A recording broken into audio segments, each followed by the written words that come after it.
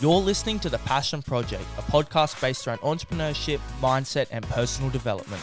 The Passion Project was created to help guide, inspire, and educate listeners while delving deeper into the minds of like-minded individuals.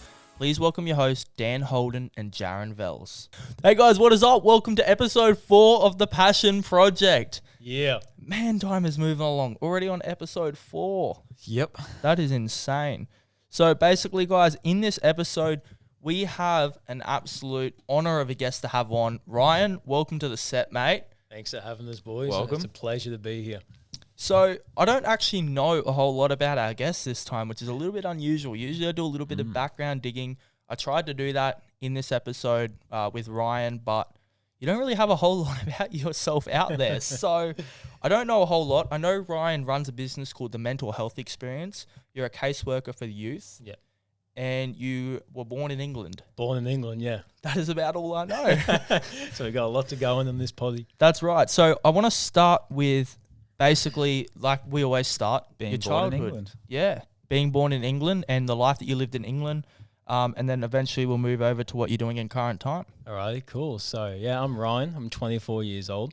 I was born in Liverpool. Don't look a day over 23. I was going to say 18. Oh, I'll take that too. But yeah, I was born in Liverpool, England. Not the greatest part of England. Like, it's a good city, but where I'm from in Liverpool is pretty rough. And that kind of explains the story I kind of went on and the journey I went on through life. Liverpool itself, I love it there. I love the people, I love the city. But in saying that too, there's a lot of bad things happening. And like, I remember growing up, and one of my earliest memories from there was a kid my age. He ended up getting murdered in the park going to football practice. Wow. Yeah, and there's a young kid, man. And this How old were you? At that time would have been about 5. Whoa. Yeah, like he got shot. So like things like this happened a lot, not with just youth, like not just like things like that, but just crime and in general, you know. Really high crime rates Yeah. and stuff like that. Yeah, exactly. So my environment growing up was always watching my back, being on my toes, and you know, I was always acting with anger because I thought anger was the way to keep myself safe.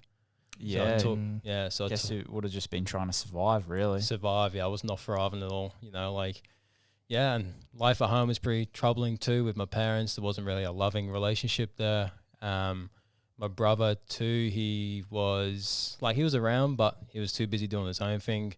Yeah. My sister as well. So yeah, we all moved to Australia. Me, mom, dad, brother, sister, when I was 8 years old. So we moved here pretty young. I think, looking back, I think it was to get away from what was happening in Liverpool, you know, like.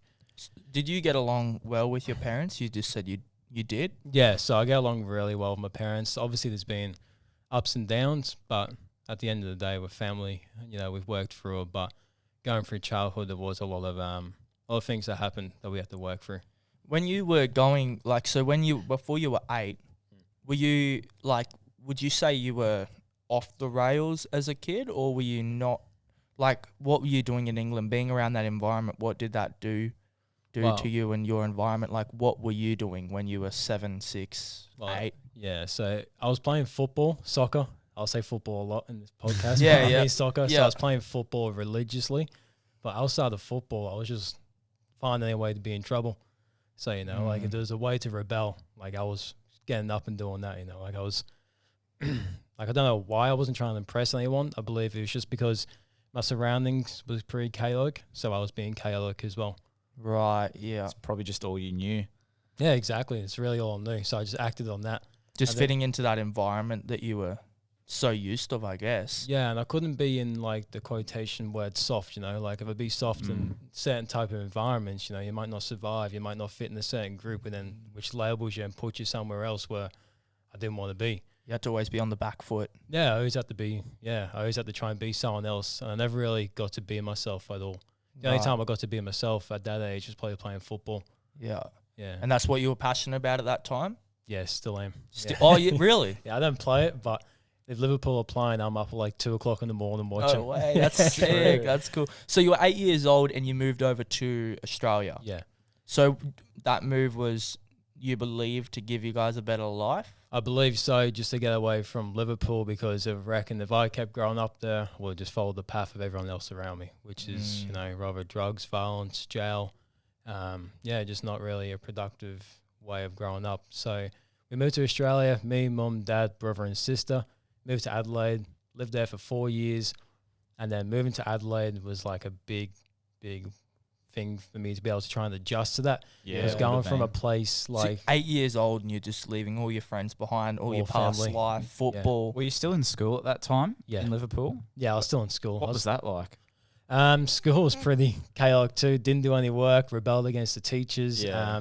Didn't really get to class. It was just like anything you could do that was rebellious, I'll do it, you know, like I wouldn't follow the rules. And I was just hanging around the wrong crowd, doing the wrong things. Just Even- running amok. Yeah, just running the muck, you know, like just being a kid, but also being proud of it at that age, just because I thought that was the thing to do, you know, because that's all I saw. And I was like, oh, well, this is who I've got to be. So were your parents working? Like, what were they doing? Yeah, so my dad Did worked. they know what you were getting up to? Yeah, I think so. Like, I think they knew I was rebellious because at home, like, I was a rebellious child. Like, I was Right. like labeled as crazy because, like, I was always angry and tantrums and acting out. And, like, I was very, like, even at a young age, I wasn't aggressive in terms of, like, hurting people. Like, I was just full on. Yeah, right, okay. But dad was, he was working as, like, a printer in the printing factory. And I think my mum was studying her degree in nursing. So I don't believe she was working from my memory, but she was studying. Right, okay. Yeah. So you moved to Adelaide when you were like 8, 9. Yeah, 2005, so it would have been about 8. Right, and how long did you stay there for, and what did you do? Give us a bit of a rundown of how that move transitioned and maybe some of the struggles you faced when you made that move. Yeah, so I moved to Adelaide 2005, would have been 8 years old, went straight to school there.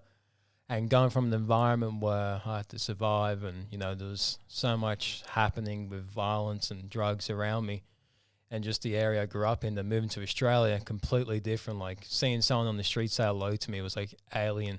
Like, Oh, really? Yeah, like It's I remember that bad. I remember the first time someone walked past me, smiled and said, hey. And, like, I got defensive about it. You know, I didn't get angry, but I was just like, whoa. Like, why are you saying hey to me? Because, Wow. yeah, because in Liverpool, it's just like, keep to yourself, you know, like, don't get involved in other people's business, and that's it. So when I moved to Australia and finding out that people you don't know are so social, I was like, whoa, Yeah. this is hectic. And, like, people coming up to me saying hey and stuff, I was like, this is weird. So I found it really hard to adapt. So straight away I went to what I knew, and I was trouble again, you know, getting mixed in with the wrong crowds. And turned out, even at like 9 years old, I ended up graffitiing up my whole school. And I used to go to the skate park and steal bikes and from people, and it was just, I was just in the wrong crowd there. 9 years old, just going to skate park and stealing stuff from other people. Yeah, because that's all I knew, man. You know, like, Yeah, that's right. I thought that was the right thing to do, and that's where I felt safe in a weird way. You know, being around that environment and doing those things, And obviously around those people as well. around those people, yeah. Because I felt like I said, I was safe. You know, I thought I was being me, but I wasn't. I was just being a product of where I grew up, rather than actually being who I am. You know. Yep. Yeah. So with that, did any other things stem from, obviously, like, so you started stealing stuff from like other people, kids, I'm assuming, and sort of getting into the graffiti and everything. At what stage, because I know you mentioned earlier you got into substance abuse, is that too far ahead? Are we skipping a whole lot here? Nah, because I did all that stuff about 9. I started drugs when I was 11. Wow. Yeah. So I'd Whilst in Australia as well. So I moved from Adelaide in 2009. Then I moved up to Queensland. Yeah. And then, about 6 months into Queensland, I started drugs. And I would have been about 11. So it was a transition from year 7 holidays, because back then year 7 was primary school. Yeah. The transition from true. primary school into high school. Wow. So Yeah. you were 11 years old getting into drugs. Yeah, I smoked. I remember when I was 11, I smoked my first joint. I didn't know what weed was. I didn't know what drugs were. I just got past a joint and I smoked it, and I was like, whoa. Like, it was the only time I felt calm my whole life. And Wow, I was like, going to this is say, like, Yeah. that's crazy to think that someone that young could even get around that or get their hands on it. Yeah. That's crazy. Especially back then. I feel like now, maybe you would probably know this, but I feel like now more than ever, the age that kids are getting their hands on this stuff is getting younger and younger and younger. Oh, 100%. Would you yeah. agree? Yeah, I definitely agree. You know, that's why I'm involved with the work that I do now, because from my experience in life and what I went through, I can see that transparently, that there is people like me out there suffering as well. And, you know, I want to try and help those people that are in my shoes that I never really got, because with me and my journey and story, like I had to go through all that without support. I don't want anyone else to experience that. You know, like I want support to be there for people and know that there is resources out there. There is people that can relate. There is a change. You know, the way you're acting now is not the way you're going to act in 10 years, 5 years, 2 years. You know, there is another way. There's more to life than what they realize. Because a lot of these kids come from places of not knowing any different. Like a lot of these kids that we see that are in, like having troubles now is usually a reflection of something that's not them. 100%. And the reflection is what's happening in their life. The reason that's pushing them to do that. Like you do have some kids that just do it experimentally, but the kids that are hardcore into that stuff, it's like what's actually happening there. It's not because they just love drugs. It's because they're escaping something. They're trying to find a new way in life. They're trying to find something within themselves that they can't or don't even know, you know, so they're always looking for something else. How do you think kids get into that? Because I've seen it through like high school, like friends that have been like not really like, because I've even had friends that aren't really fighting anything mentally. Like they grew up in a pretty good home, got like the head screwed on, have like good people around them. And even kids like that still manage to go down this funnel of like the shit fight. Is it? Yeah. Do you think it's coming from a place of like just wanting to fit in, wanting to be cool? Like where would you say that stuff sort of stems from? In terms of people that seem like they got life a bit more figured out, I think it comes down to rather do you want to fit in with certain groups, you know, because they might feel more comfortable, or they want to have that type of certain friends, or they try drugs once and they realize they love it and they think they love it. And then they think the drugs love them. So they get involved with the drugs and go down that path of, all right, I want to get high again because it makes me feel good. And then they chase rather that feeling of the environment they're in while they're doing it, or they're chasing the feeling that the drug gives them themselves. But down the road, the drug ends up taking you, and then you've got to try and get control of that. And that's what a lot of people aren't aware of when they first start doing drugs. Even like weed is an example, you know, like there's a lot of people out there that say weed isn't addictive. I've always contested this. It's a gateway drug to everything. Yeah, I can say 100%. that weed took a control of me from 11 to 18 or 17 actually. Was weed as far as you took? No. Drugs? No. So you were 11 years old, you started smoking weed. Let's go back to that sort of timeline there. What was like, how intense did it get, for how long, and then when did you start exploring with other substances and everything like that? So when I started weed, it was around the time that, because when we moved from Adelaide to Brisbane, my sister stayed in Adelaide, my brother stayed in Adelaide. Oh no, my brother came off to Queensland, but he moved back to Adelaide like 6 months later. But me, mum and dad essentially moved to Brisbane, but then my dad went back to England like right away. So then it was just me and mum. And then mum just finished her degree and she was getting into work, and she wasn't really around at all. So I was basically, mum was trying her best with what she had, but essentially I was just growing up by myself. Like I'd go home, no one's home. I'd go around, no one's around. So, you know, I just started dabbling into environments where I felt like I had a family. Yeah. So at 11, I started smoking weed. And then that just become, like from the age of 11, I wasn't smoking every day. But it was just like every now and then I was smoking to a point where I'm like, wow, I'm smoking like every day. Wow. So how long did it take to go to smoking every day? Probably 13. 13. Yeah. So you only touched weed for like 2 years? No, so I was probably from 13 to 17. I could probably say average, I probably smoked about 6 grams a day.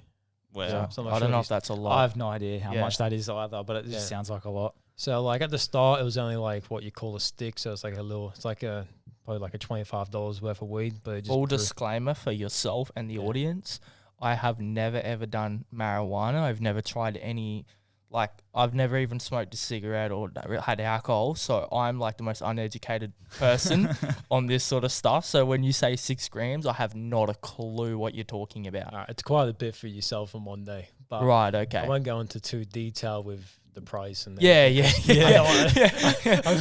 Don't want to incriminate yourself. Yeah, that's right. I don't want to promote drugs. I'm just telling my 100%. Story and, you know, all the bad things it did to me. And we'll get to that.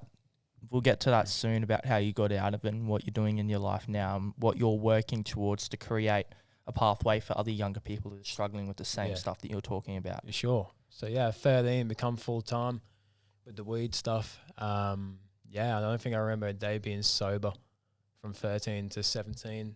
Even whilst going through school. I was going to school probably like twice a week. I'd rock up at like 11 o'clock. Wow. Yeah, I was talk about school actually. So yeah, I started going to school. And as soon as year 9 kicked in, probably even year 8, I was going like twice a week, and I'd get there like 11 o'clock, like a first break. Then I'll go to one lesson and go home. And it was just like that every single day. Is that because you were like your own guardian Yeah. as such?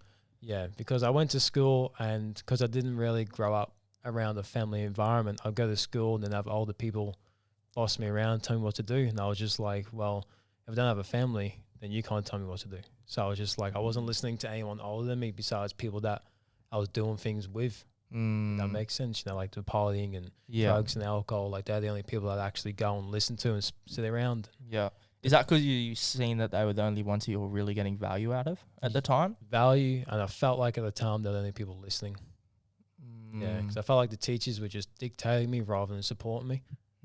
Yeah. Like, did anyone like see that you were going through anything, or like catch on to like you were rocking up late, or you were like wagging class? Like, was there like any sort of system back then to try help not with kids school. like you doing that? No, not with teachers. So like everyone in the school that I hanged out with, everyone knew me for who I was, and a lot of people that I hanged out with were doing the same thing. So it wasn't like out of character for like people that knew me, but for teachers and stuff, man, like there was nothing there to support me. I'm not sure if that's their fault or it's the jurisdiction's fault, because there wasn't nothing in place to support kids like that. But at the same time, I was pretty full on as well. So like I can't put the blame on them because I wouldn't listen either. But at the same time, there was just like, he's just lost.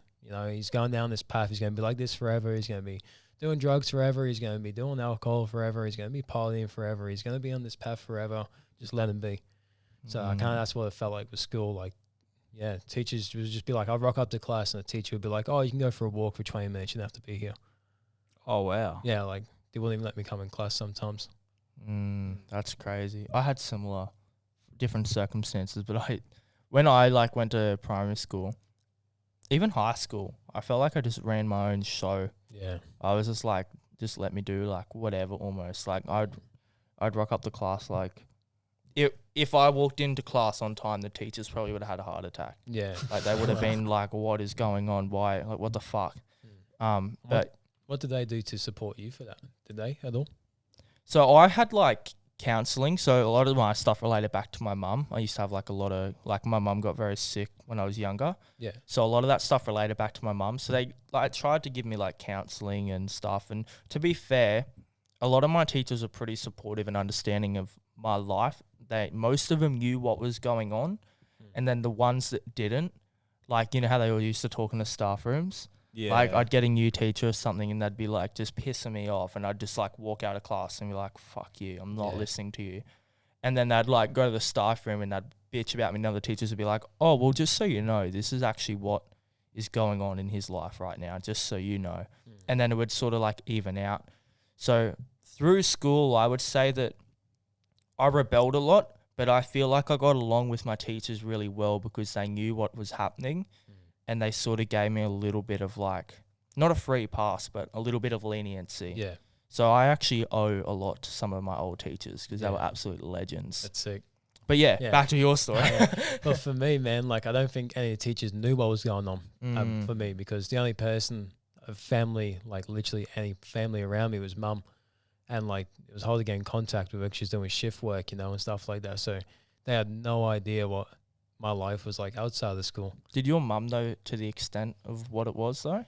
I think mum told her, I think about 16, mum found out I was like, probably 15, 16. She found out I was doing drugs.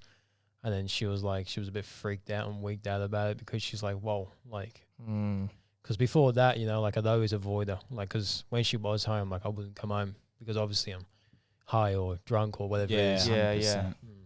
So you just go to like friends' house and stuff like that? Yeah, like I'd just stay at friends' houses. I was just going around, one friend's house one night, the next friend's house the next night, wherever everyone's doing the stuff, I'm there. You're there. Yeah, so then about grade, I was going to school like barely, getting suspended heaps, and it was just, it's pretty hectic. So I ended up getting expelled from school in year 11, I think it was. I think they let me start year 11. They wanted to kick me out. They had a meeting with mum. Mum just convinced them somehow to let me stay for the whole year, even though I didn't rock up. But they ended up getting my year 11 certificate. They said, no chance you're finishing year 12. And I was like, cool, I don't want to.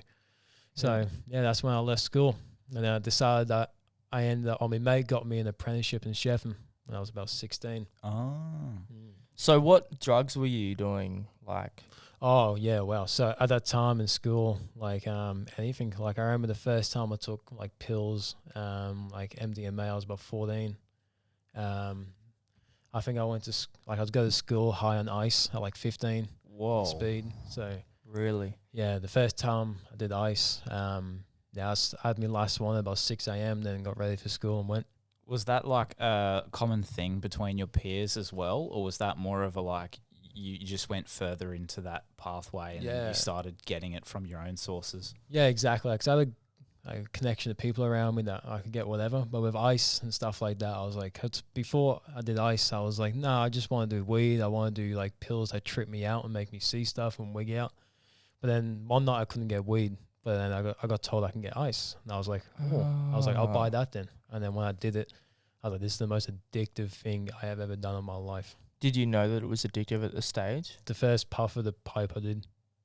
Wow, after one. Literally halfway through smoking the pipe, I was like, holy shit. Like, this is bad. And you were 15. 15, yeah. That's insane. I don't even know what to say. That is insane. That's crazy. Yeah. So from there, would you say that it got worse or it just sort of stayed pretty even? Because does it get worse from ice? Not really. Or does the usage get worse? Usage get worse. I never abused ice. I did it like so often, like it wasn't something that I did all the time. Right. So my main thing was like weed, pills, prescription pills, and illegal pills, if you call them illegal. Basically anything that would wig me out and get me high. Like I'd even smoke synthetic weed, and there was like this incense stuff that I used to smoke as well, and used to make me like visually hallucinate, and I would do that all the time when I was like 13, 14. Yeah. So I was just doing anything I get my hands on. Did you have much experience with like alcohol?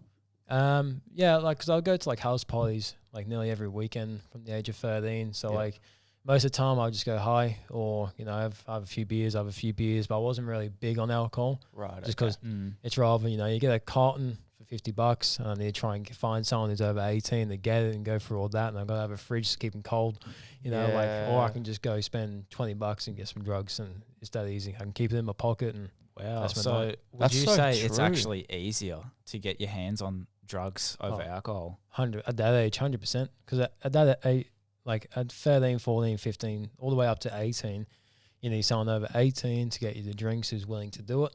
And then you need somewhere to store it to keep it cold, like it's just...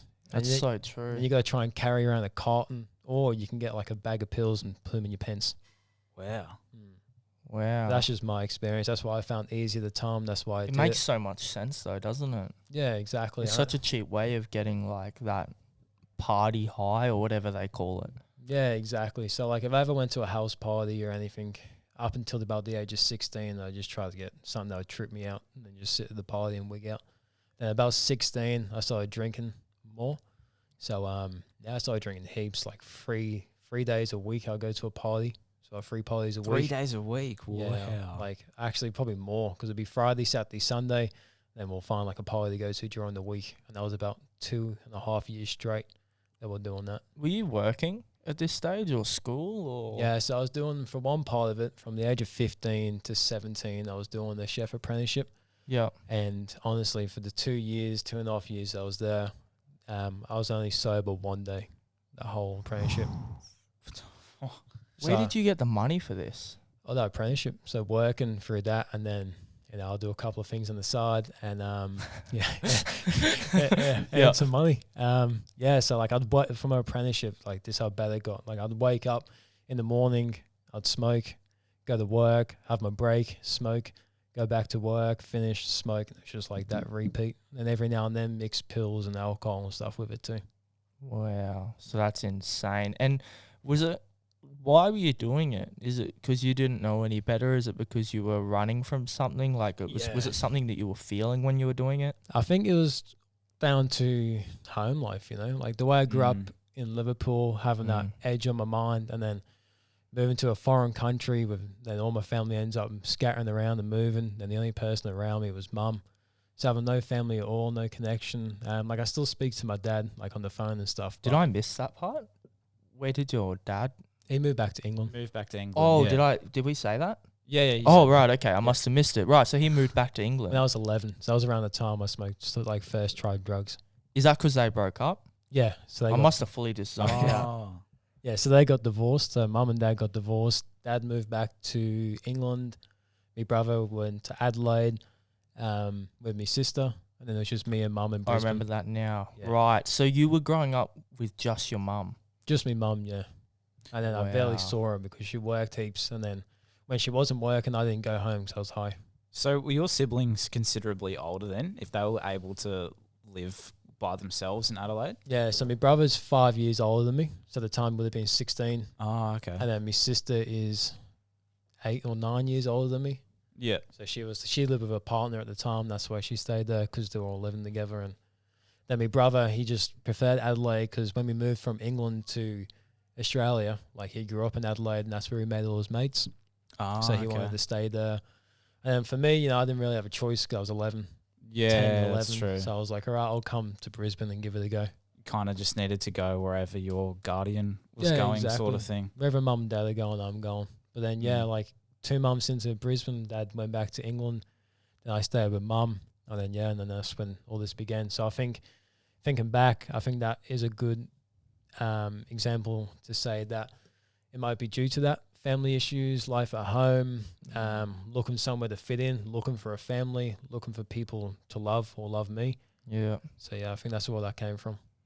Did any of that stuff ever catch up to your body? Because I feel like, did you ever get like massively sick? Because I feel like that would be like really unsustainable. Just Yeah. So, constantly putting that stuff into your body for like a year straight. Your body does come immune to things, though. You'd be surprised how powerful your body can be. yeah. It's like me with drinking soft drink.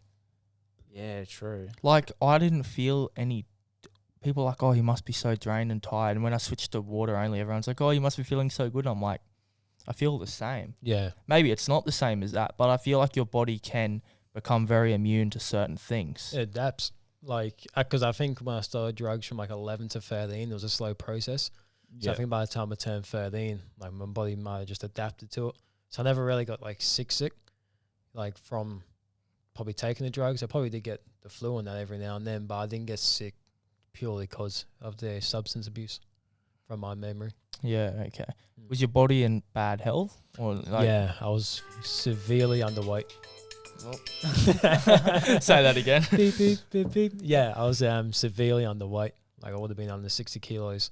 Like I was really thin. Wow. Yeah. So I And- wasn't eating, man. Like I was probably eating like 2 pieces of toast a day.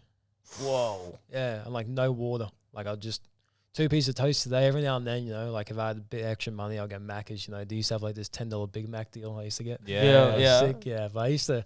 Yeah. Besides that, man, I didn't really eat at all. I never drank water probably up until the age of about 18, 19. Just like iced coffees and stuff. So that's raining from 9 or 11. 9? No, yeah, like 11.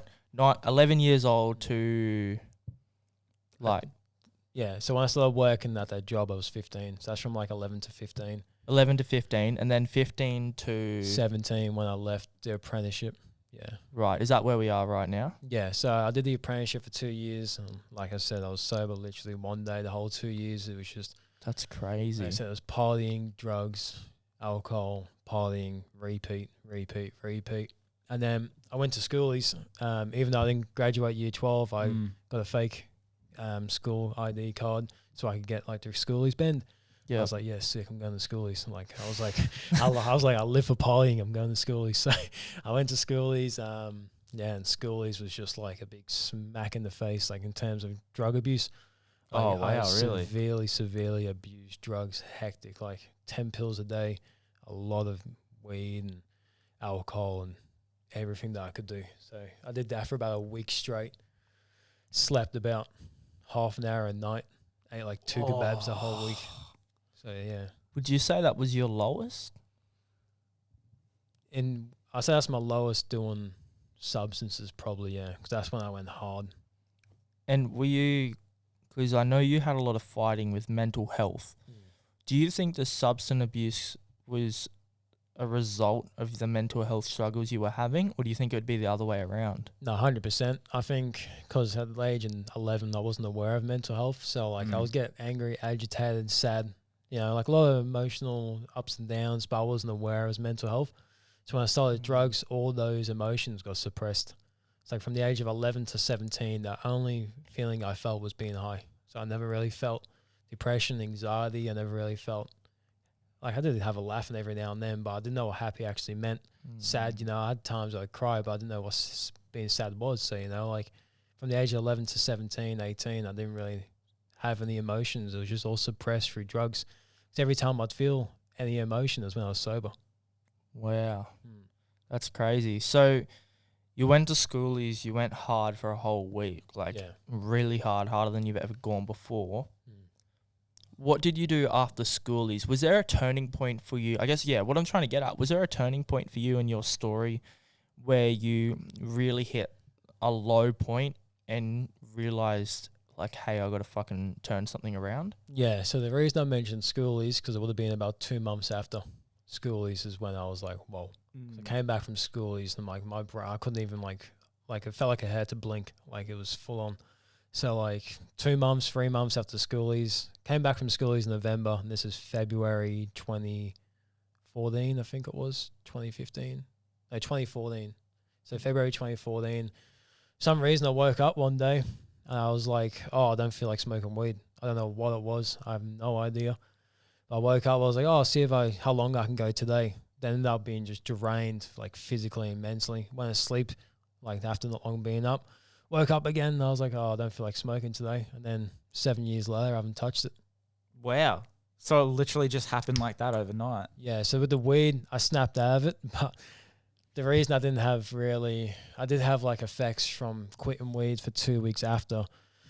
But I ended up replacing it with other drugs and alcohol. Oh, okay. So, like, I quit weed, but weed was, like, my thing where it was, like, morning. Like, there wasn't a moment where I wasn't smoking weed, like, for, like, a long time. It's like quitting weed, I was like, holy shit.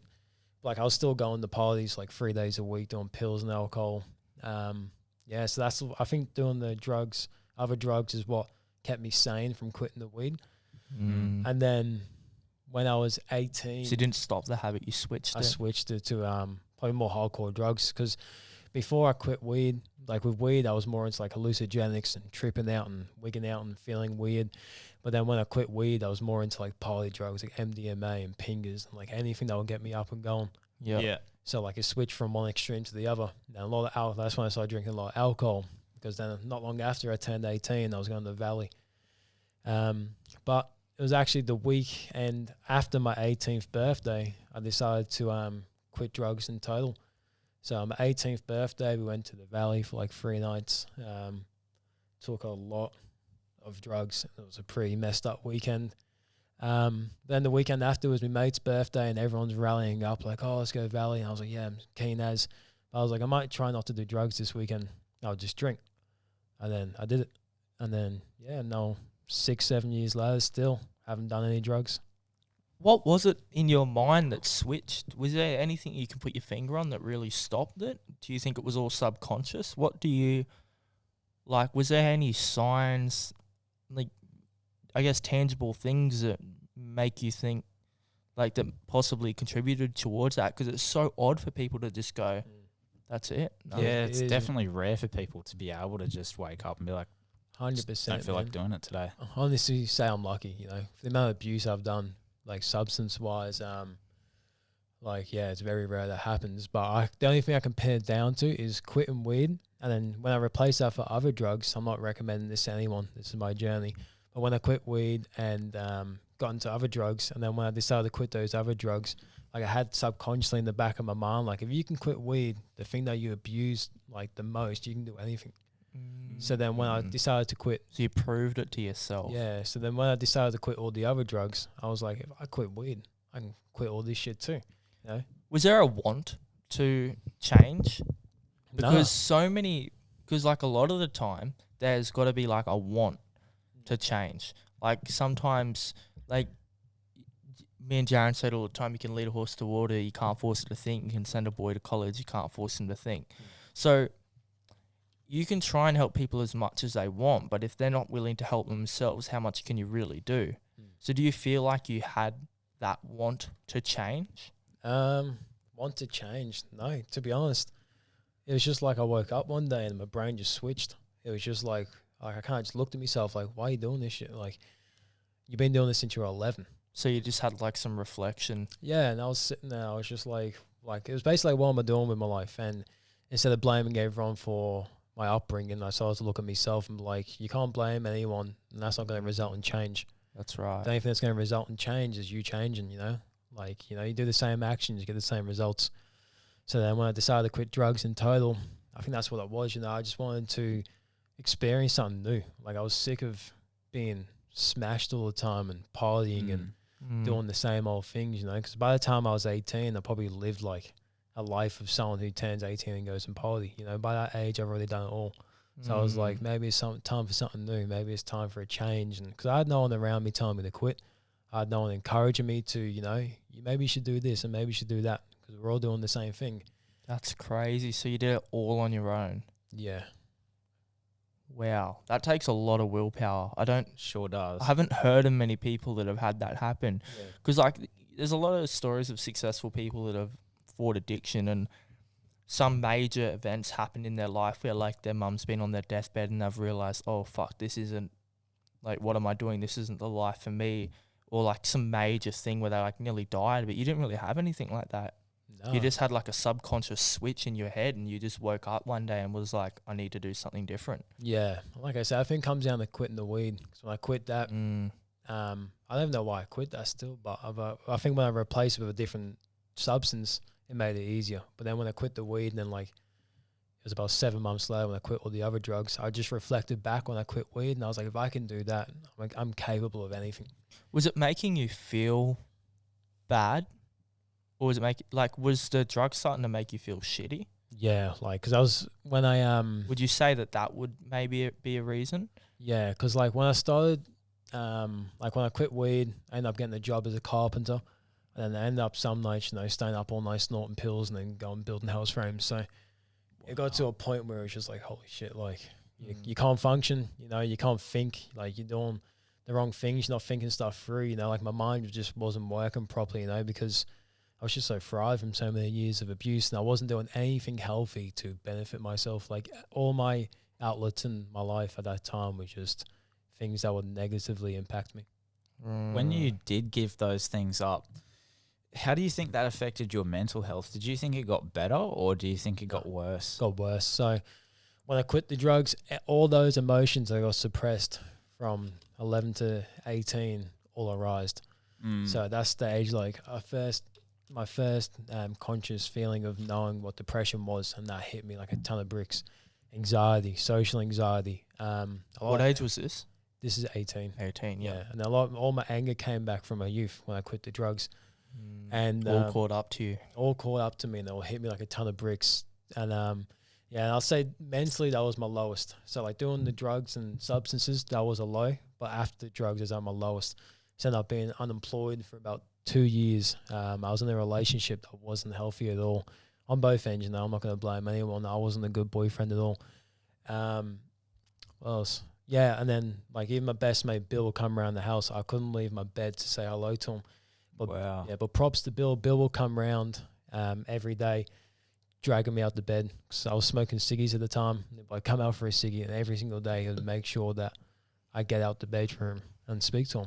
So that gave me goosebumps. Props to Bill. That's powerful. Yeah. Shout out Bill. Yeah, Bill and Bug. Yeah, they did heaps for me in that period of time in my life in terms of getting me back on my feet. Because at that stage, I went through a moment of suicide. So I had a little attempt at suicide. Now, I didn't go to the extent where I nearly died, but the plan was there. It was to drown myself or walk down to the beach, and I planned it all out. But when I got me up to knee height in the water, I freaked out and left.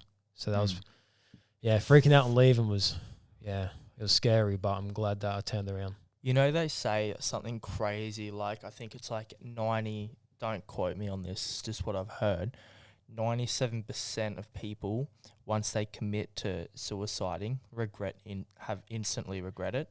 Like, they'll jump off the bridge, and as soon as they're free falling, they regret it.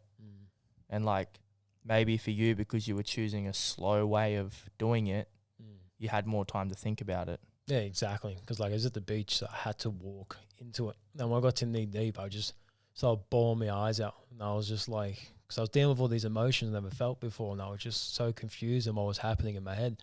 I didn't know how to cope with it. I didn't know what any resources or anything. So yeah, I just broke down. No, I remember I sat there and I just told myself, like, man, the amount of shit you've been through, you can get through this too. You know, you can conquer this. Everything you've conquered, like, what's this? It's just another part of the journey that you'll get over. You survived 100% of your worst days. Yeah, exactly. And to anybody listening as well, like, because that's why it was so important to get you on. And same with Will and even Trav. Yeah. It's like mental health is such a big thing. I think I would. Do you know the actual statistics on it? Yeah, so in Australia, 8 people commit suicide a day. So 8 people today took their life because they couldn't do it anymore. That's 8 too many. 8 too many. Wow. And I think 5 is men, 5 or 6. Oh. Yeah, so like there's a big stigma for men, but you know, it goes both ways. We need support for everyone, female or male, but you know, it's time for especially men to speak up and support each other, and yeah, especially women too, you know, we support them as well. It's crazy, isn't it? So after the drowning experience, or like the suicide attempt, was that a turning point for your mental health, or did it sort of stay pretty shit from there for a while? Yeah, so I was still stuck, you know, because like I was like, I have no money, got no job at the time. I was living with my partner at the time and her mother. I couldn't pay rent, so I felt like a piece of shit. You know, and I was just like bumming around basically, you know. And then I ended up getting out of that relationship. We ended things when I was about 20 years old. 20, and then after when I turned 20 years old, I just started drinking heaps. So I was going to the pub all the time, just getting smashed, and started doing the wrong things again. I didn't do drugs, but alcohol's probably still a drug in a still sense as well. So I was doing that for about 6 months straight, gained a lot of weight, like got fat as. And then after that, I looked myself in the mirror and I was just like, bruh, like you Bruh. Yeah, I need to get the vibes up again. Bruh. I was just like, bruh, like, what are you doing? Like, I was just looking at myself like, man, you're doing it again. Like, you're doing it again. And I was like, all right, we're going to quit. It's going down the same bad road, just different road, but it'll all lead in the same destination. Exactly. I was like, is drinking 4 days a week, is that really helping me right now? Is that making me feel worse? And the answer was, yeah, it's making me feel even worse than I was. As Dion would say, is that a future building activity? Shout out Dion. Shout out to Dion. But yeah, that was it. But when I got out of that relationship, it's probably the first time after the drugs that I was actually able to be with myself. Because for that relationship, I was always trying to, like, even though I was not a great boyfriend, I was still trying my hardest to make someone else happy rather than making me happy. Then I was depending on her to make me happy instead of making me happy, you know, instead of depending on myself to put in the work to, you know, be happy and feel what I want to feel in life. So yeah, around 20 years old, that's when I started the journey of loving myself and self-worth and digging more into my own mind and finding out how I can, you know, make my depression better and anxiety and how I can cope with these things and understand it all really too. Yeah. Around that time, were you able, like, did you have any other sort of outlet or strategy to lead yourself, like, to prevent you from going back down the pathway of substance abuse? Because I feel like, you know, once you became sober for a while again and once you got to your lowest mental points, I imagine it would have been really hard not to just go back to substance abuse to drown that all out again. Yeah. So, like, did you have, like, did you know about breath work or any sort of meditation at this point? Nah, so at that point, honestly, I still wasn't too aware of mental health in general. But my savior was, my next addiction was gym. And I've just become obsessed with exercising. Just like Will. Now, yeah, and then I went from about 120 kilos to about 88 and shredded. Whoa. Yeah. That's impressive. So I just became super addicted to working out. And that's what, at that time in my life, that was like the savior, was going to the gym every day and being able to, you know, basically just have a brutal workout to feel good afterwards. Wow, it's crazy. I don't think I realized until, like, having a couple of guests on how much the gym helps people. Man, like I'll go to the gym, like even after work, I'll finish work and I'll be like tired and, just feeling down. Not down as in like sad, just like down, like energy levels Energy are down, levels, yeah. down, man. And then I'll go to the gym and I feel on top of the world. Like I just feel like I can accomplish anything once I get like some massive workout in and just smash it out. So That's crazy. So how long did you do gym for? Like 2 years? You said? no, I've been, Or are you still going? I still go now. I probably went for like 2 years straight where I didn't take a break. And then for about 5 years in total, I've been on and off. Wow. Okay. And after the gym, so the gym, would you say that was your saving grace almost in a sense? 100%, because through the gym and exercise, and that's when I learnt to take control of my mind. So days I didn't want to do it, I did it, and I took control of that. Discipline. Discipline, exactly. And diving deeper more into my willpower as well and actually achieving what I want to achieve and little things is working out. And knowing like how much of a release it gave me on my depression and anxiety just from working out. So at what point did you what came after gym? Because I know you found breath work and ice baths and that sort of stuff. When did all of that stuff come into play? Breath work and ice baths and probably like December last year. Oh, wow. Really? That's really actually, recent. Probably February this year was when I went to my first like event and did it. I didn't know that we were going that far ahead. Right, let's wheel it back in a little bit. That's crazy. This breath work stuff is like 4 years later. Wow. Okay, so let's go back to the gym then. So the gym stuff. Yeah. Was there anything else that you were doing in that time? Because you have come, because from where you are today to where 20-year-old Ryan was, what was the bridging of that gap? Because was it only gym or was there other things? So with gym, I ended up going to Tafe so I could finish year 12 because I was like I get competitive with myself. So like I always hated school, I can't study. So I was like, all right, let's go study year 12 and actually, get that under my belt. So like I said, I'd done year 12. So I was at Was Tafe. that for job opportunity or a personal win for you? Just a personal win. Yeah, because, I I got booed out of school and everyone was telling me in school, you're never going to amount to nothing. You're going to be on this path forever and this is your journey and you're going to live like this and then it's going to be a generational thing. So I wanted to prove people wrong. So Negatively motivated. I was just thinking that, Yeah. Exactly. Yeah. So, I went to Tafe, did year 12. Then within Tafe, I found a subject called psychology. And I was like, oh, this seems interesting. Learn about the mind. Then I found out doing psychology is the only class I was studying outside of my studies. I become obsessed by learning about psychology. So I finished my year 12 at TAFE, and then that's when I started mental health experience. So how long ago was that? 3, 4 years? 3.5 years ago. 3.5 years ago. Yeah, so it would be like 21 when I started mental health experience. And from there, how did you get into the casework that you're doing now? So for mental health experience, I started that as just like because I battled so much. So I wanted to give information and resources out there that I never had when I was struggling. So it was just more of me just being able to, give people resources. And then 2 months after the mental health experience, some lady messaged me on my mental health experience account. She's like, oh, you live near the coast. I see how much you care about mental health. Do you want to come and volunteer at mental health residential housing? I was like, at the start, I was like, oh, I don't know, like I was still struggling a bit. Yep. I was like, you know what? Go do it. What else are you doing? Go give it a go. You're doing something for other people. At that time, I was like, I believe this is my purpose. I'm not sure. We'll go figure it out. Yeah. So I went and started volunteering at this place. It was like an hour drive away. And and then about 3 months of volunteering, they offered me a job and I took it. And I was working at residential with severe mental illness. I was there for about 6 months, and then that's where I started my mental health career. And then through there, I got a promotion over to head office doing case management for adult mental health. I did that for about 2.5 years probably. Yep. 2 years, something like that. And then I got offered the job working with the youth, doing case management as well. So then I transitioned over to the youth. Now I'm doing this. Would you say that's what you're passionate about with the youth? Because it's like you almost see a little bit of yourself in some of these children that you're working with? Yeah, so it's all changes as I go. So when I started working in residential with predominantly adult mental health, I found a lot of passion in that because I saw the opportunity to show people it's never too late Yeah. because that's what I went through. You know, it was never too late to turn it around. Even though I was 18 when I quit all this stuff, I just wanted to show people it's never too late to do something with your life or do whatever you want to do. Any goals you have, let's achieve them. You know, let's go do it.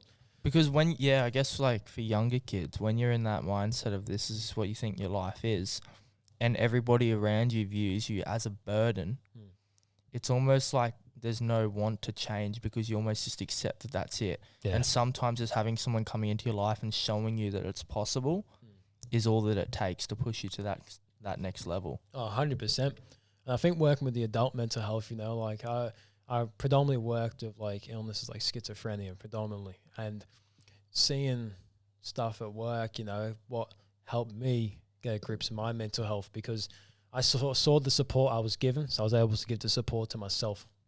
So then I like that. through the work that I did, I was able to help myself as well. So it was like a really good exchange. And I'd go out there and give good energy out there, and then the energy's coming back to me with the work I put in within myself.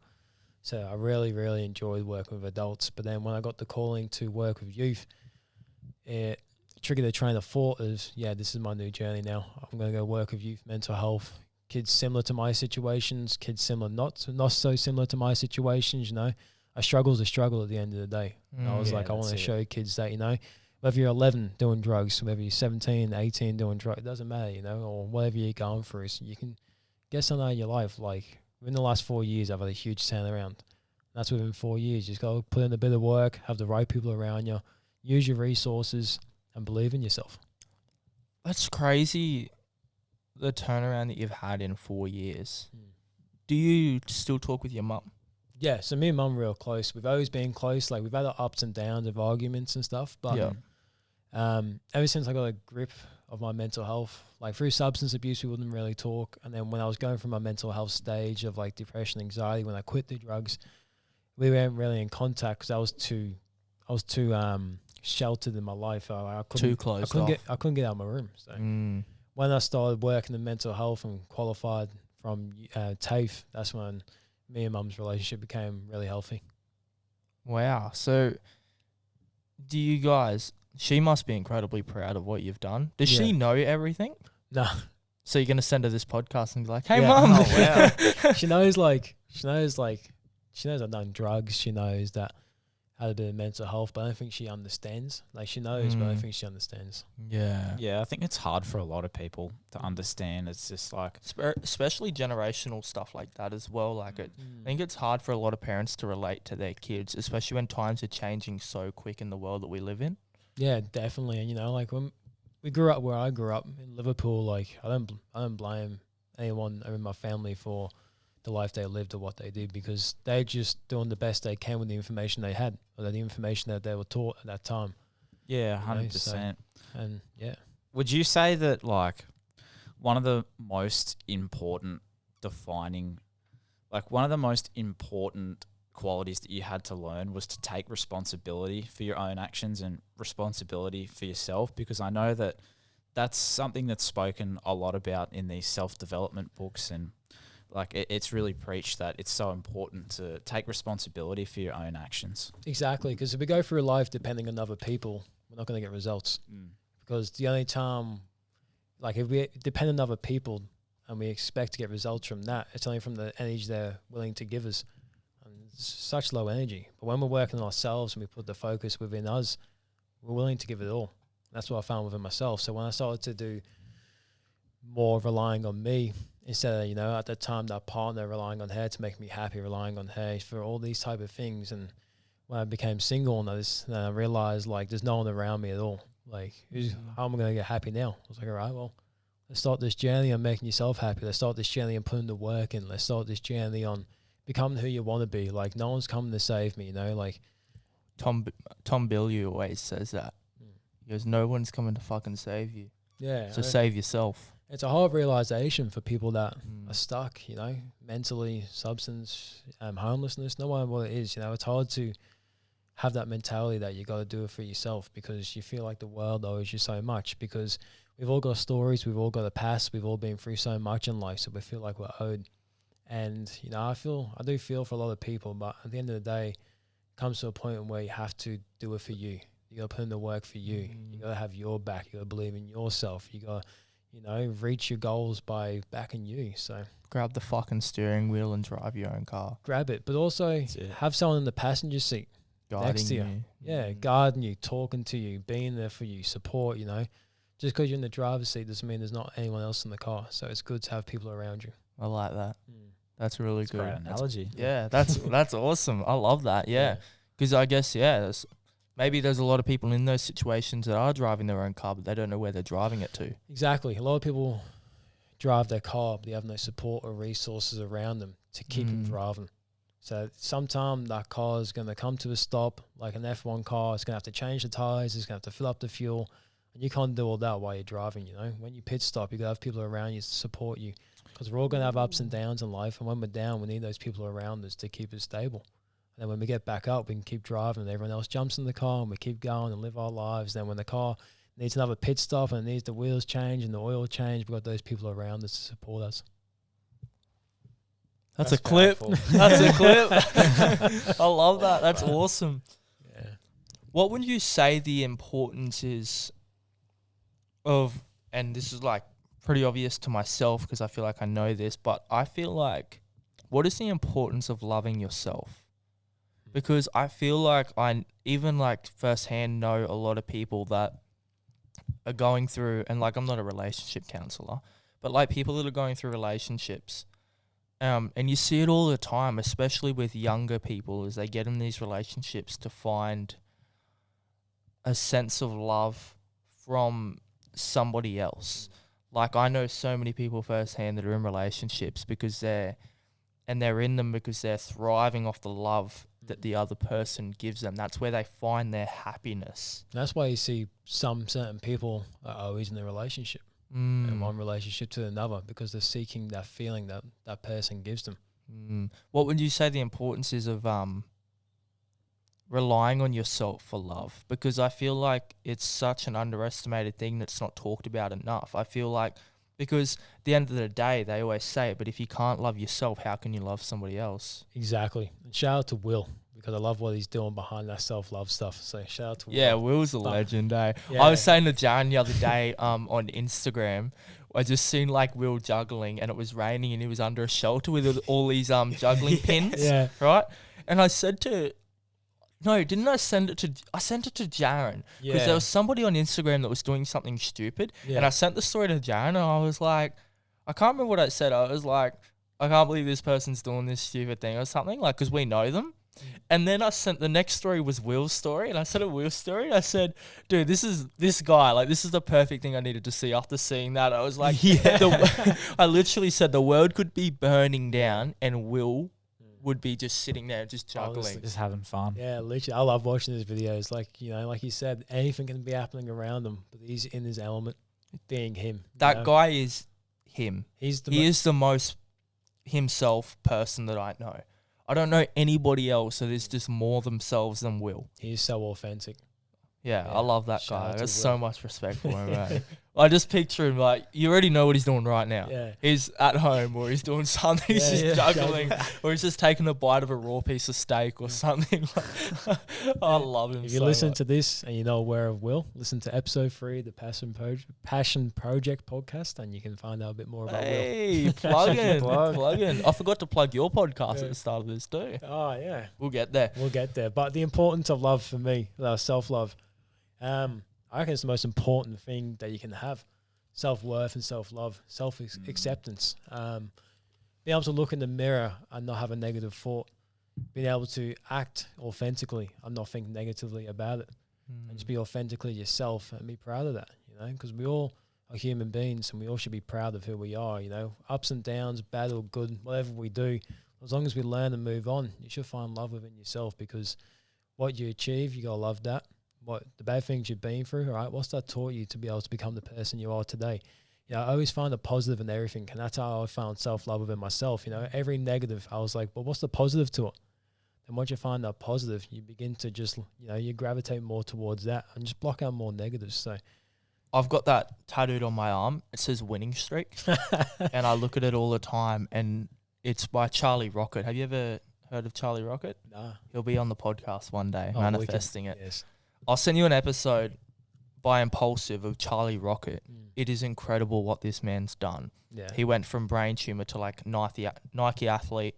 Whoa. Ended up selling his house and his Porsche and buying an RV and going around America making people's dreams. That is You sick. you will love his stuff. I'll send Yeah. it to you. He does good work. That's dope. But he started this movement called the winning streak, and it's about finding the wins in everything that you do and always being on a winning streak. Even when you lose, you win. Yeah. So like a good example is today I printed some shirts for the brand, but I accidentally made a mistake.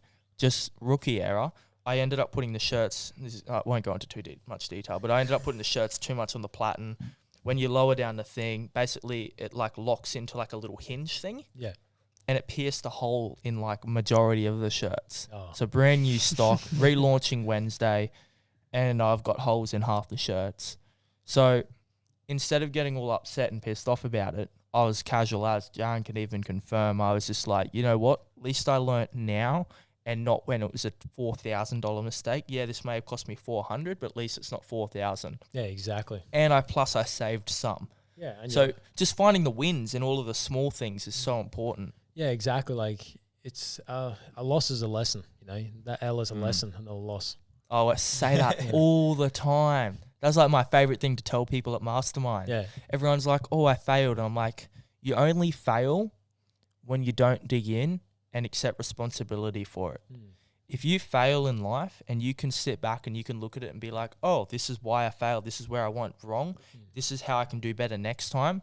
That loss went to a lesson. Yeah. And then if you learned, you didn't lose. Exactly. You know, like we've all got a past and things that happened in our lives, you know, we got to let go of that stuff. You know, you got to let go to live your future and live your present, you know, because if you keep living in your past, like I'll use an example, you know, like when your story is connected to an emotion and you always tell that story, there's always going to be emotion connected to it. For an example, let's just say I kicked me toe on a coffee table 2 weeks ago and I'm like, oh, fuck, this one time I kicked me toe on a coffee table and it hurt, it made me angry. If I keep telling that story, I'm going to keep feeling that emotion every time I bring it up. Yeah. But when we have stories in our life, if you separate the story and the emotion, focus on the emotion it gives you, work on that emotion, and then you're going to fix the problem because the story's not attached to that emotion anymore. That's a very good point. Wow. That's a really cool way to Because look the at thing it. is, what's happened in life has happened. And it's just like, if constantly bringing it up, thinking about it, you know, is that going to change the situation? Yeah, shit things have happened to all of us. But we hold on to that shit things, we're going to keep having that shit feeling. Well, we just like, I seen a post the other day by somebody saying like, I wish everyone could learn to manifest or something like that. And I swiped up on it and I said, everyone manifests. I don't know if you're big on manifesting. I'm huge on it, right? You can tell there's vision boards everywhere. My background's a vision board, everything, right?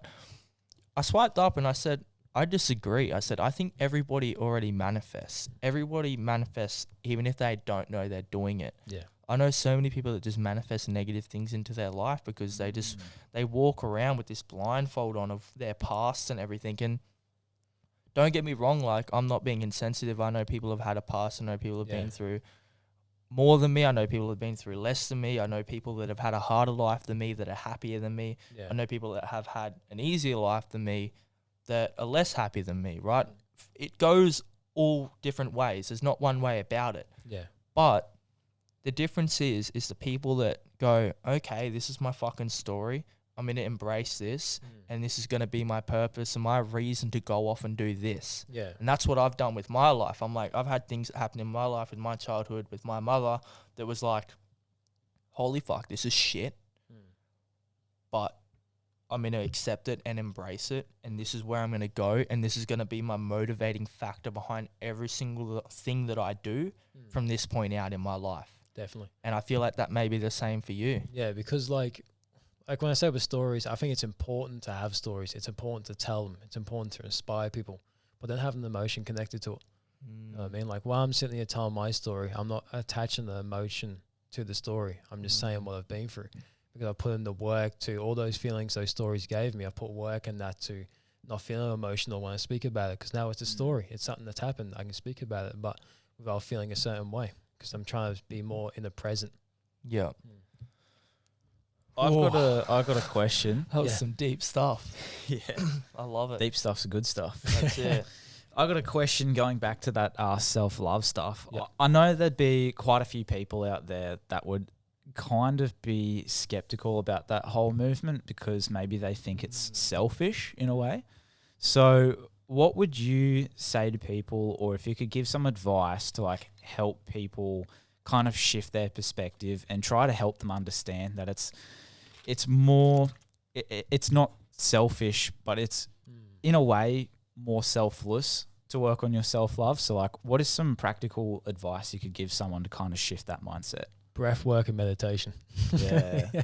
Honestly, man, like even last year before I started breath work and meditation, like I was struggling with appreciating me, like because I was so caught up in trying to do the next thing, and I wasn't appreciating myself or showing myself love. I was so caught up on what's next. We do that a little bit. Not necessarily appreciating ourselves, but just everything we do, like business-wise. I feel like we move so quick that we forget to sit back and appreciate how far we've actually come. Oh, 100%. Like sometimes I do it on the drives home because you got nothing else to do. Sometimes I sit there, I'm like, holy shit, that's crazy. Crazy, yeah. Yeah, sorry, keep going. No, it's good that you have that self-reflection, whether you're driving or wherever you are, you know. It's very self-reflection is so important. 100%. And that's what I found with the breath work and meditation. Because like before that, I was dealing with like negative intrusive thoughts. So that was like the last piece of my mental health that I was struggling with was negative intrusive thoughts. And it'll be like, I would drive my car and think of the worst thing ever. And it was just like, whoa. So then when I started breath work and meditation, that's when all that quiet down. And then through the experiences I had through the meditation, that's when I found self-love because I found self-acceptance. And then through acceptance, I found love within myself because I accepted who I am. So yeah, I recommend breath work, meditation to everyone, you know. I feel like that right now in my life, I do it a lot. Like I do breath work probably every day. I do a deep meditation probably once a week. And yeah, it's like the best thing I'm doing right now. Would you say that within...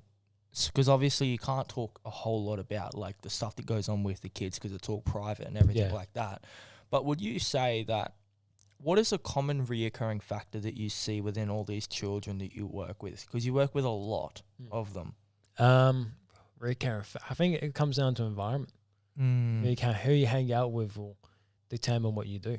Yeah, show me your friends. I'll show you your future. Exactly right. You know, and it's not. I wouldn't say it's essentially the kids that hang around with fault too, because they're kids too, you know. So it's like, who's to blame at the end of the day? You know, is the environment, is it the parents, is it Bob down the street? You know, like who's to blame? And you know, instead of blaming someone, I just try and support them and get results in life, what they want to do, what they want to achieve. You know, it can rather be, you know, I want to do good in probation. All right, well, let's keep your level on probation. Let's make sure you don't go backwards or go back to juvie or substance abuse, or you know, it's just a result-driven thing where if a kid has a goal, we try and achieve something. So would you almost say in a way it's kind of a systematic error? Because I feel like in a lot of different environments, it all kind of comes back to the same system. So like whether it's the people you hang around or whether it's like parenting, it's all like driven by, I guess, the norms that we have created for ourselves through the system. Like, I don't know, maybe there's a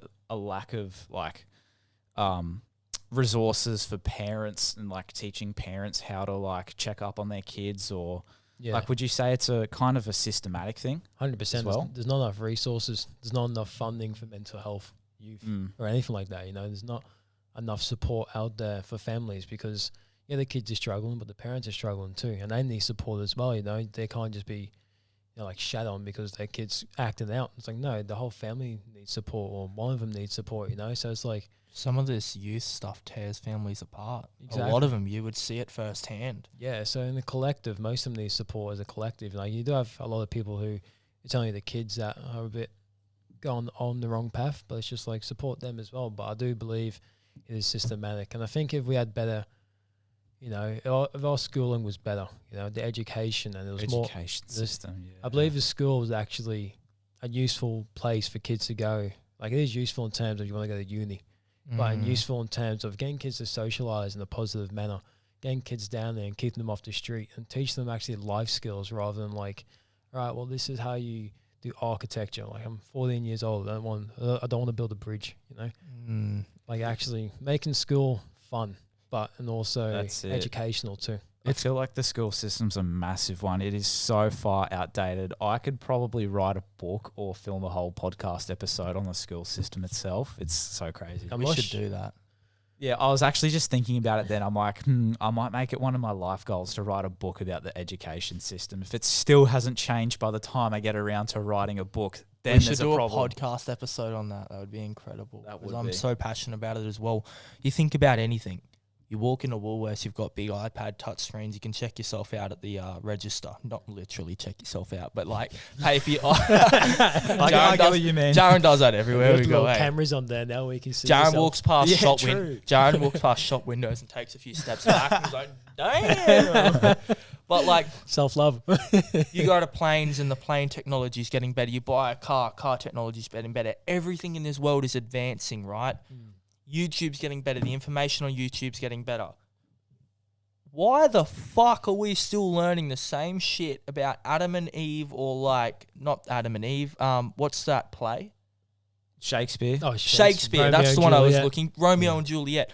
Why are we still learning about Romeo and Juliet in school? I'm sorry, but why are we still learning about Romeo and Juliet in school? Why are we still looking at things from textbooks that it takes 5 years to read a textbook? You literally cannot keep up with the business world in 5 years. Look at the last 5 years in business. How much have we had to adapt, change? Bro. It's not even the same industry anymore. In the last 2 years even. Exactly right. It's just so quick moving. What did you say the other day about teachers? Teachers are failed experts. Yeah. Yeah, I was on work experience with someone in grade 10, and it was kind of an eye-opener for me. I wouldn't say it made me lose respect for teachers, because I still heavily respect them, I understand it. But it kind of made me realise what was wrong with the education system, and he said something along the lines of teachers are like just failed experts, or experts that didn't make it. And I had a few teachers at the school that would be like, oh yeah, I wanted to do this, but it didn't work out, so I resorted to teaching. Yeah, and it kind of feels like they're limited. You know, like teachers, they have to follow a program. The when they teach. curriculum. Exactly. And to get, I think this is right. I heard this. I'm not sure if it's 100% true, but I'm just going to repeat what I heard in another podcast. But apparently it takes 5 to 10 years to get a curriculum within an education system. Does. Yeah, that's the same thing about the textbooks. Yeah. It takes 5 years to approve and build the curriculums and textbooks that we teach off.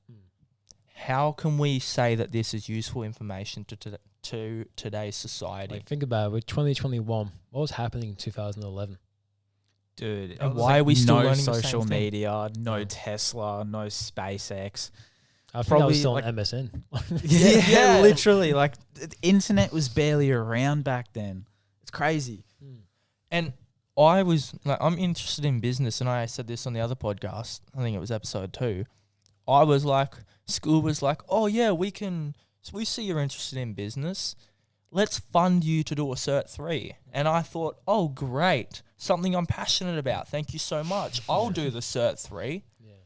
Did the Cert 3 in business, and do you want to know the only thing I remember out of the Cert 3? What was it? Fire exits. That above a door, you need to have the fire exit sign illuminated. Wow. That's it.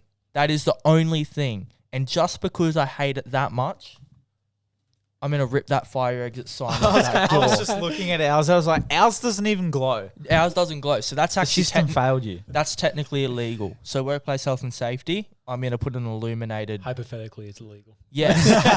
Yeah. So I'm going to put an illuminated lit up exit sign above our door, so that if there's a fire, we know not to break through the wall. We know to run out the door. That's the only thing I remember from the whole thing, man. I do not remember anything else. It didn't teach me anything about taxes, company, starting a company, like anything.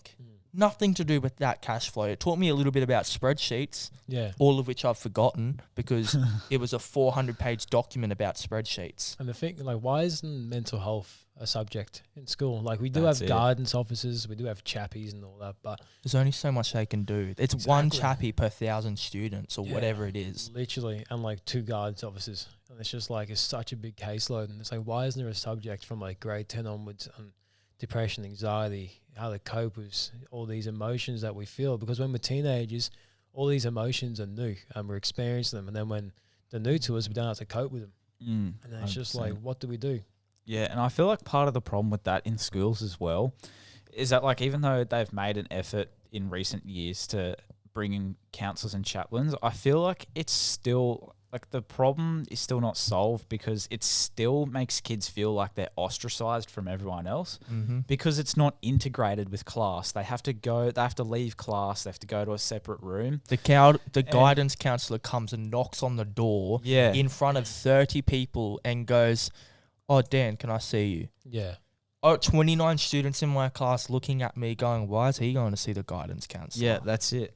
Why do I want that? To be honest, I didn't really care, but I know there's so many students that do care. They hate being picked out of the bunch. Yeah. Do you know what I mean? Like, yeah, exactly. I think that's just touching base on what you were saying. It just ostracizes you from the rest. Yeah, definitely. And I don't know if it was the same at your school or when you went to school, but I noticed within my school, if you went to the counsellor, there's kind of a stigma around it where everyone's like, "Oh, like, are they okay? Like, they must be like real depressed or mentally deranged or something." Like 100%. Are they safe to be friends with? Yeah, like, I feel like it should just be more of like an actual subject, an open conversation, and like integrating it with our learning instead of making it a separate program and still making people feel like it's a minority. Yeah, and I didn't even know what a guidance officer was or a psychologist was until I left school.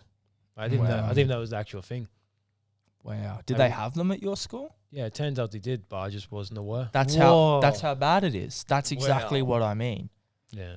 I do know some, because I work with a few schools now, I do know some are implementing things, but there needs to be a curriculum about mental health and emotion and coping.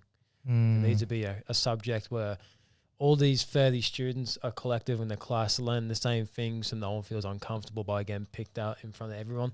You all learn it together. It's useful life skills to take on for the rest of your life. Let's get rid of science as a must-have curriculum, and let's put mental health awareness in there. Yeah.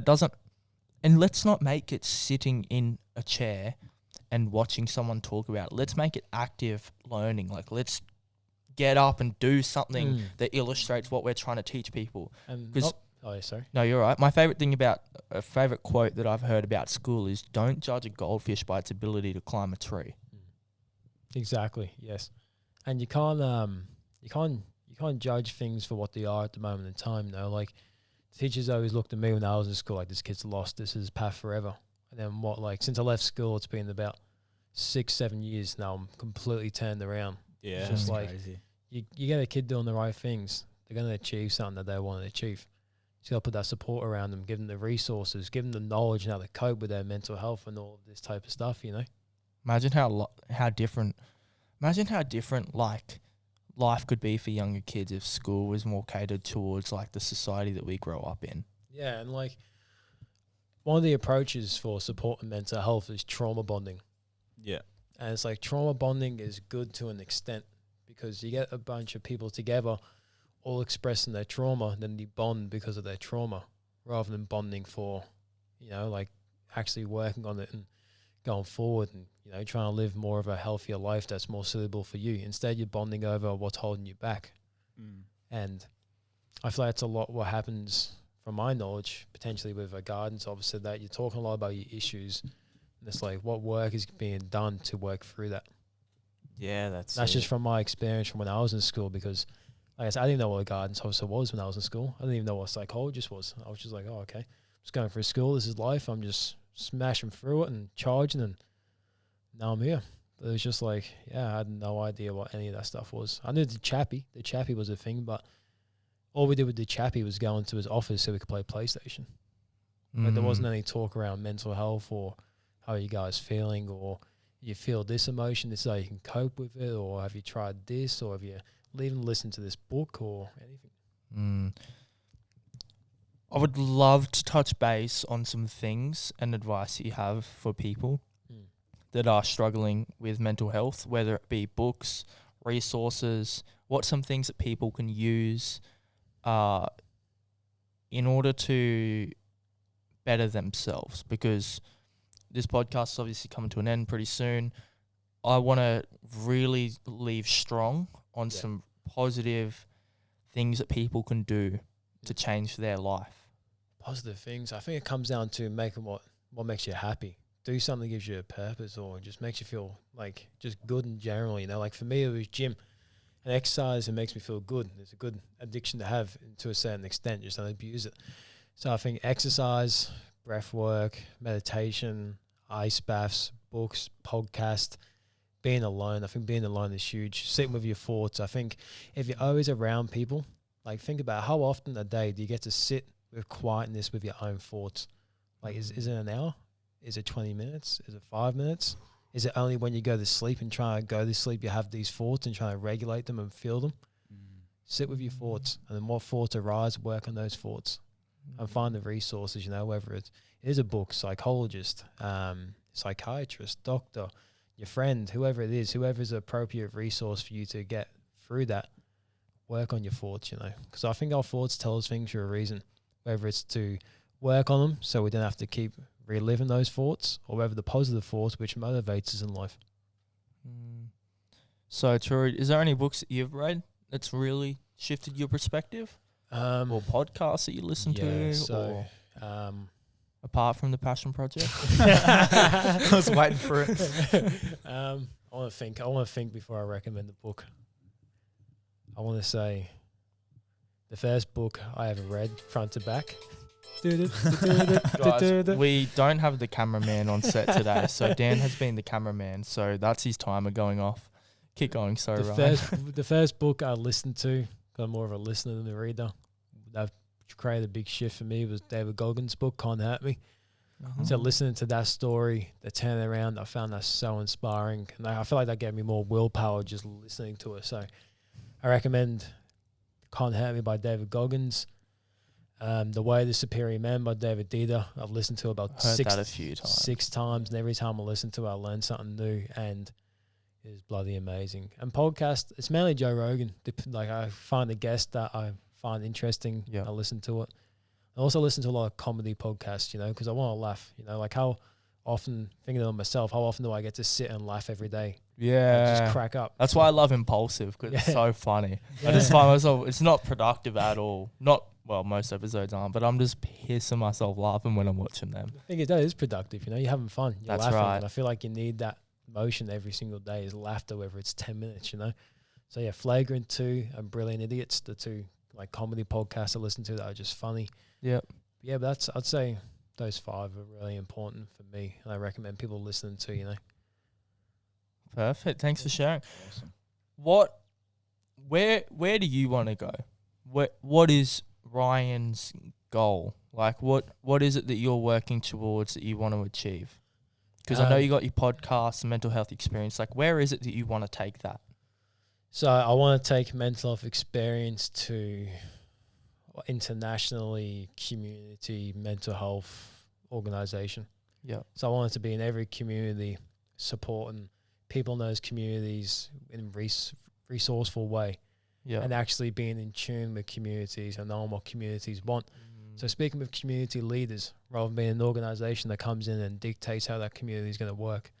They find the leaders within that community and work collaboratively. I can't think of the words out. Collaboratively. Yeah, that's it. Yeah. Yeah. We know what you're trying to say. Yeah, work with those guys, and you know, because each community is different. They all grew up different. They all, you know, run different. So, you know, working with everyone and just getting the best results for every single person and community. So, yeah, you know, everything I'm doing now is to try to give me more freedom of financially and time, so that mental health experience can now expand into the globe. So, because I know you're setting up another business, which we won't mention. It's unrelated, isn't it? Yeah. Is it? That's just to be able to buy you time to be able to do what you're really passionate about. So the network marketing? Yeah. Yeah, so yeah, network marketing, that is just another way for me to achieve my dreams, you know, just more, you know, more ways to earn money, you know, like I'm trying to create multiple income revenues within my life, so I'm not dependent on one thing, you know, because if one thing falls, then I'm not out of pocket. I've still got another like 6 things that's bringing me income. So just trying to create that revenue within life, so then that my time can be more useful in my passion. Perfect. And the podcast. Hi. What is the podcast goals? One Talk Poddy. We want to be like we want to be like Oprah. So like, you know, sitting on the stage like me and Bill, and bringing on guests and making it really interactive and having fun. And I thought you were going to say number one. I was going to be like, brother, that's my spot. No, just joke. There's room at the top for everyone. We can all hug up there. Yeah, let's do it. But nah, yeah, I would love. I think Bill was saying the same too. Would love to be on a stage in front of cameras and bringing on like having real open conversations in front of an audience, because I feel like they'll help break the stigma even more. Because if I'm sitting there telling my deepest stories, Bill's there telling deep stories and knowledge and information, and we have a guest doing the exact same thing in front of a crowd of 50 people and do that consistently every week, I think that would be amazing. It's going to change lives. Yeah, so I'm working towards that with the podcast. Well, that's incredible, man. And It's awesome. also, like, everything that you work on, I think I've said this to you before, it takes a different type of human to work and do work in the field that you're working in, because it's such an exhausting, maybe, I don't know, but I feel like it would be such an exhausting scene, and it would be so hard to not get emotionally attached to certain 100%. people in there as well. So When I started my career in mental health, my team leader, my boss at the time, said, he goes, you know, your career's only 5 years. Because he said after 5 years, people just burn out. They can't take it. But I think that comes to not looking after yourself, you know, because in my type of work, there's so much support you're giving other people. Like, you're always focusing on helping someone else. But then most people go home and then they're too tired to give themselves that work as well. the time. Exactly, but not me. I'm not going back to the way I was or the person I was. You know, I learned from that, and I learned from that for a reason. And that's the reason why I put in all the work now to make sure I stay healthy, because right now it's pretty incredible. Like, I still say I'm lucky, even though I put in the work of now I don't really associate with depression. I have moments where I feel depressed, but I don't feel like I'm in a depressive state consistently. But that's the work you've put in, though. Same with anxiety. Yeah, exactly. It's the work I consistently put in. Like, it's not, once a month do, meditation, breath work, go to the gym and do all these things and hope that I feel good. It's a daily practice, it's daily things that I do that keep me afloat and keep me happy and keep me feeling at peace. That's so good to touch base on the luck thing too, because so many people view people as coming from a place of luck.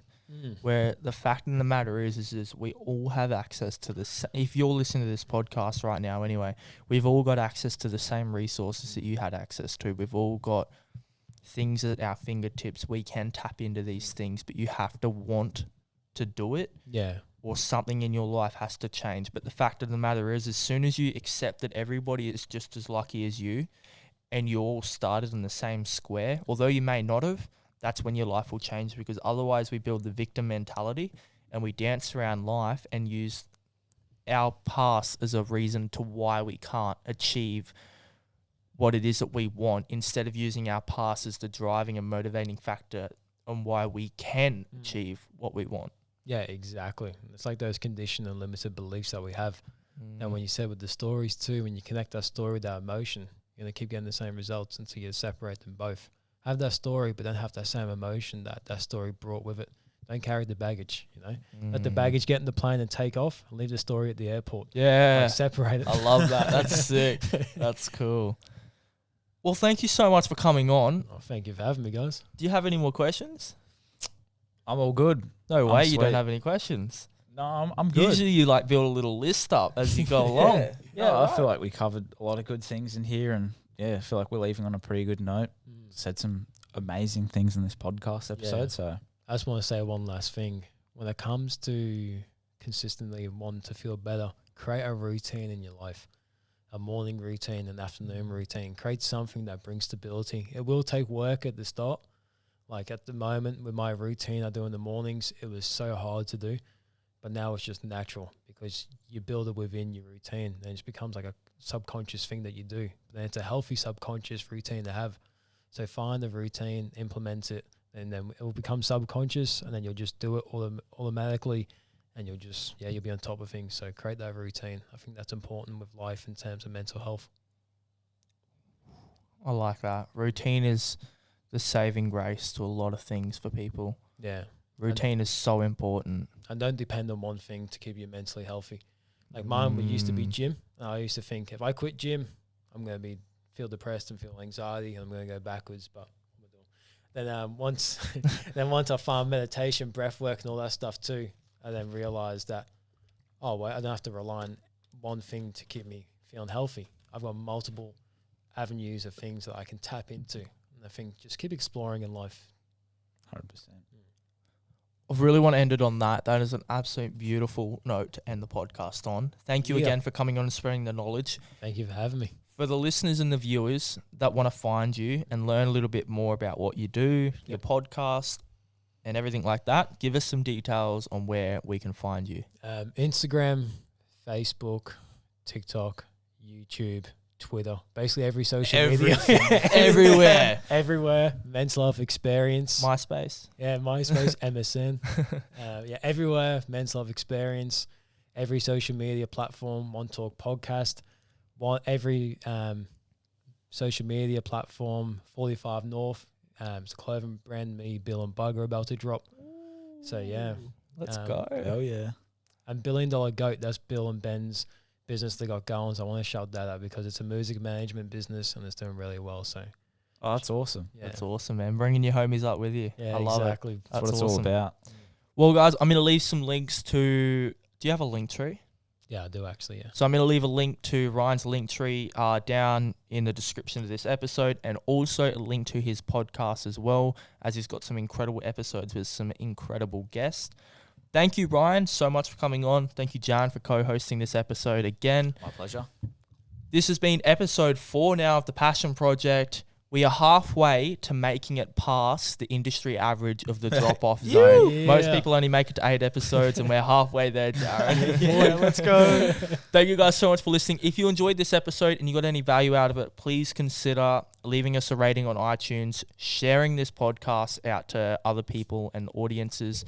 If you do, please consider tagging us as well so we can share it. And if you took anything away from this episode, please message myself, Jarren, and Ryan, and let us know what you took away from the episode. We really appreciate the DMs that we get. It shows us that we're doing a good job. And yeah, it just goes a long way. So thank you again, guys, for all your support. Episode 4 is now wrapped up. Thank you guys so much for tuning in. Let's go. You.